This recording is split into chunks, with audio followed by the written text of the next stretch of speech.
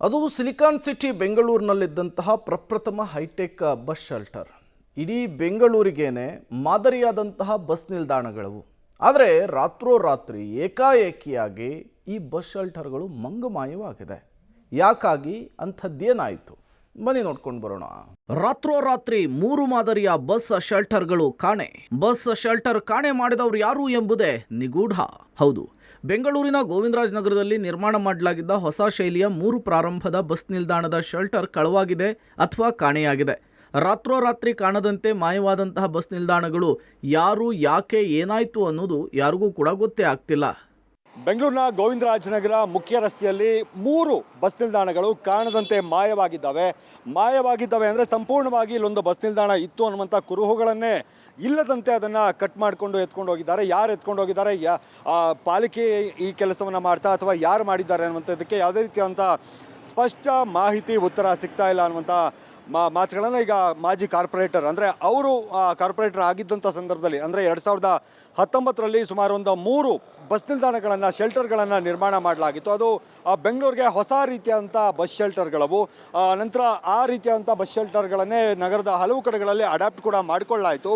ಏಕಾಏಕಿ ಅಂದರೆ ಯಾವ ಮಟ್ಟಕ್ಕೆ ಅಂದರೆ ಅದು ಸಂಪೂರ್ಣವಾಗಿ ಸ್ಟೀಲ್ ಮತ್ತು ಕಬ್ಬಿಣದಿಂದ ಮಾಡಲಾಗಿದ್ದಂಥ ಬಸ್ ಶೆಲ್ಟರ್ ಆಗಿತ್ತು. ಅದನ್ನು ನೀಟಾಗಿ ಕಟ್ ಮಾಡಿದ್ದಾರೆ. ಅಂದರೆ ಇದು ಯಾರೋ ಪ್ರೊಫೆಷನಲ್ಗಳು ಅಂದರೆ ಏನು ಈ ಸ್ಕ್ರ್ಯಾಪನ್ನು ತೆಗೆದುಕೊಂಡು ಹೋಗ್ತಾರೆ ಅವರು ನೀಟಾಗಿ ಕಟ್ ಮಾಡ್ಕೊಂಡು ಹೋಗಿದ್ದಾರೆ ಅನ್ನುವಂಥದ್ದು. ಇದಕ್ಕೆ ಸಂಬಂಧಪಟ್ಟಂತೆ ಅಧಿಕಾರಿಗಳನ್ನು ಕೇಳಿದ್ರು ಕೂಡ ಸರಿಯಾದಂಥ ಸ್ಪಷ್ಟ ಉತ್ತರ ಸಿಗ್ತಾ ಇಲ್ಲ ಅನ್ನುವಂಥ ಆರೋಪವನ್ನು ಸ್ಥಳೀಯ ಮಾಜಿ ಕಾರ್ಪೊರೇಟರ್ ಮಾಡ್ತಿದ್ದಾರೆ. ಜೊತೆಗೆ ಜನ ಕೂಡ ಆಕ್ರೋಶವನ್ನು ವ್ಯಕ್ತಪಡಿಸ್ತಾ ಇದ್ದಾರೆ. ರಾತ್ರಿ ಇತ್ತು, ಬೆಳಗ್ಗೆ ಬಂದು ನೋಡೋ ಹೊತ್ತಿಗೆ ಬಸ್ ನಿಲ್ದಾಣವೇ ಇಲ್ಲ, ಕಾಣದಂತೆ ಮಾಯವಾಗಿದೆ. ಜನಕ್ಕೆ ತುಂಬ ತೊಂದರೆ ಆಗ್ತಾ ಇದೆ. ಇದ್ದಂಥ ಅಂದರೆ ಇದು ಪ್ರಮುಖವಾದಂಥ ರಸ್ತೆ, ಇದು ಗೋವಿಂದರಾಜನಗರ ಕ್ಷೇತ್ರದ ಪ್ರಮುಖವಾದಂಥ ರಸ್ತೆ. ಈ ರಸ್ತೆಯಲ್ಲಿ ಈ ರೀತಿಯಾಗಿ ಬಸ್ ಶೆಲ್ಟರ್ಗಳೇನಿತ್ತು ಆ ಬಸ್ ಶೆಲ್ಟರ್ಗಳು ಸಂಪೂರ್ಣವಾಗಿ ಅಂದರೆ ಇದ್ದುವು ಇಲ್ಲಿ ಕಳೆದ 5 ವರ್ಷಗಳಿಂದ ಇತ್ತು ಅನ್ನುವಂಥ ಕುರುಹುಗಳನ್ನೇ ಬಿಡದೆ ಅದನ್ನು ಹೊತ್ತೊಯ್ದಿದ್ದಾರೆ. ಬೆಂಗಳೂರು ನಗರಾಭಿವೃದ್ಧಿ ಸಚಿವರಾದಂಥ ಡಿ ಕೆ ಶಿವಕುಮಾರ್ ಅವರು ಇದರ ಬಗ್ಗೆ ಗಮನ ಹರಿಸಬೇಕು ಅನ್ನುವಂಥ ಒತ್ತಾಯವನ್ನು ಸ್ಥಳೀಯರು ಮಾಡ್ತಾ ಇದ್ದಾರೆ. ಲಕಲಕ ಅಂತ ಹೊಳಿತಾರೋ ಬಸ್ ನಿಲ್ದಾಣ, ಮುಗುಳ್ನಗೆ ಬೀರುತ್ತಾ ಟೇಪ್ ಕತ್ತರಿಸ್ತಾರೋ ಅಂದಿನ ನಗರಾಭಿವೃದ್ಧಿ ಸಚಿವ ಪರಮೇಶ್ವರ್. ಬರೋಬ್ಬರಿ 19 ಲಕ್ಷ ರೂಪಾಯಿ ವೆಚ್ಚದಲ್ಲಿ ವಿಜಯನಗರದ ಎಂಸಿ ಲೇಔಟ್ನಲ್ಲಿ ನಿರ್ಮಿಸಿದ ಬಸ್ ಶೆಲ್ಟರ್ ಉದ್ಘಾಟನೆಯ ಸಮಯದ ಫೋಟೋಗಳಿವು. ಬೆಂಗಳೂರಿಗೆ ಮೊದಲ ಬಾರಿಗೆ ಹೈಟೆಕ್ ಆಗಿ ನಿರ್ಮಾಣವಾಗಿದ್ದ ಈ ಬಸ್ ಶೆಲ್ಟರ್ಗೆ ಬರೋಬ್ಬರಿ 19 ಲಕ್ಷ ರೂಪಾಯಿ ಖರ್ಚು ಮಾಡಲಾಗಿತ್ತು. ಸ್ಟೀಲ್ ಬೆಂಚು, ಎಸಿಪಿ ಮಾಡೆಲ್ ಮೇಲ್ಛಾವಣಿಯಿಂದ ಕಂಗೊಳಿಸುತ್ತಿದ್ದಂತಹ ಈ ಬಸ್ ಶೆಲ್ಟರ್ ಇದೀಗ ದಿಢೀರ್ ಕಾಣೆಯಾಗ್ಬಿಟ್ಟಿದೆ. ಇತ್ತ ಬಸ್ ಶೆಲ್ಟರ್ ನಿರ್ಮಾಣದ ವೇಳೆ ಪಾಲಿಕೆಯ ಕಾರ್ಪೊರೇಟರ್ ಆಗಿದ್ದ ಉಮೇಶ್ ಶೆಟ್ಟಿ ಪಾಲಿಕೆಗೆ ದೂರು ಕೊಟ್ಟರು ಕೂಡ ಈ ಬಸ್ನ ಶೆಲ್ಟರ್ ಅದು ಹೇಗೆ ಮಾಯ ಆಯಿತು ಅನ್ನುವಂತಹ ಪ್ರಶ್ನೆಗೆ ಉತ್ತರವೇ ಸಿಕ್ಕಿಲ್ಲ. ಹೊಸ ಮಾದರಿಯ ಬಸ್ ಶೆಲ್ಟರ್ ನಾವು ಪ್ರಾರಂಭ ಮಾಡಿದ್ವಿ. ಈ ಬಸ್ ಶೆಲ್ಟರ್ ಇವತ್ತು ಇಡೀ ಬೆಂಗಳೂರಿನ ಕ್ಷೇತ್ರದಲ್ಲೂ ಇಂಥ ಒಂದು ಬಸ್ ಶೆಲ್ಟರ್ ಈಗ BBMP ಖುದ್ದಾಗಿ ಮಾಡ್ತಾ ಇದ್ದಾರೆ. ಯಾಕಂದ್ರೆ ಈ ಮಾದರಿಯ ಬಸ್ ಶೆಲ್ಟರ್ ಎಲ್ಲೂ ಇರಲಿಲ್ಲ. ಫಸ್ಟ್ ಟೈಮ್ ನಾನು ಮಾಡಿದೆ. ಒಂದು ಬಸ್ ಶೆಲ್ಟರ್ಗೆ ಸುಮಾರು 19 ಲಕ್ಷ ನಿಯರ್ಲಿ ಖರ್ಚಾಗ್ತಾ ಇತ್ತು.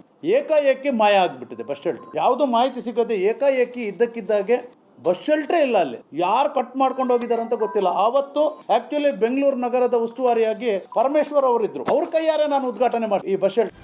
ಇನ್ನು ಬಸ್ ಶೆಲ್ಟರ್ ಇಲ್ಲದಿದ್ರೂ ಕೂಡ ಎಂದಿನಂತೆ ಇದೇ ಜಾಗದಲ್ಲಿ ಬಸ್ಗಳು ಪ್ರಯಾಣಿಕರನ್ನು ಹತ್ತಿಸ್ಕೊಂಡು ಹೋಗ್ತಾ ಇವೆ. ಇತ್ತ ತಲೆ ಮೇಲಿದ್ದಂತಹ ಸೂರು, ಕೂರಲು ಇದ್ದಂತಹ ಚೇರು ಮಾಯವಾಗಿರೋದ್ರಿಂದ ನಿತ್ಯ ಬಿಸಿಲಿನಲ್ಲಿಯೇ ಬಸ್ಗಾಗಿ ಪ್ರಯಾಣಿಕರು ಕಾಯ್ತಿದ್ದಾರೆ. ಈ ಬಸ್ ಶೆಲ್ಟರ್ ಏನಾಯ್ತೋ ಏನೋ ಗೊತ್ತಿಲ್ಲ. ನಿತ್ಯ ನಿಂತ್ಕೊಂಡೇ ಬಸ್ಗೆ ಕಾಯಬೇಕಾದಂತಹ ಪರಿಸ್ಥಿತಿ ಇದೆ ಅಂಥೇಳಿ ಜನ ಬೇಸರ ಹೊರ ಹಾಕ್ತಿದ್ದಾರೆ. ಸರ್ ಸಮಸ್ಯೆ ಇತ್ತು ಸರ್, ಒಂದು 25 ಡೇಸಿಂದ ಇಲ್ಲ ಸರ್. ಸಮಸ್ಯೆ ಆಗಿದೆ. ವಯಸ್ಸಾದವರೆಲ್ಲ ಬಂದು ಕುತ್ಕೊಂತಿದ್ರು, ಹೋಗ್ತಿದ್ರು. ಅದು ಯಾರು ಹೊಣೆಯೋದೇ ಗೊತ್ತಿಲ್ಲ ಸರ್. ಈಗ BBMP ತೆಗೆದಿದ್ದಾರೋ ಇಲ್ಲಿ ಯಾರು ತೆಗೆದಿದ್ದಾರೋ ನಮಗಂತೂ ಗೊತ್ತಿಲ್ಲ. ಒಟ್ಟು ತೆಗೆದಿದ್ದಾರೆ ಸರ್. ನಾವು ರೆಗ್ಯುಲರ್ ಇಲ್ಲೇ ಓಡಾಡೋವಂಥವ್ರು ತೆಗೆದಿದ್ದಾರೆ ಸರ್. ಅದು ನಾವು ಬಂದೆ ಸರ್, ಒಂದು 2-3 ಸಲ ಬಂದಾಗ ಇಲ್ಲೆಲ್ಲ ಕ್ಲೀನ್ ಮಾಡ್ತಿದ್ರು, ಪೈಂಟ್ ಹೊಡಿತಿದ್ರು.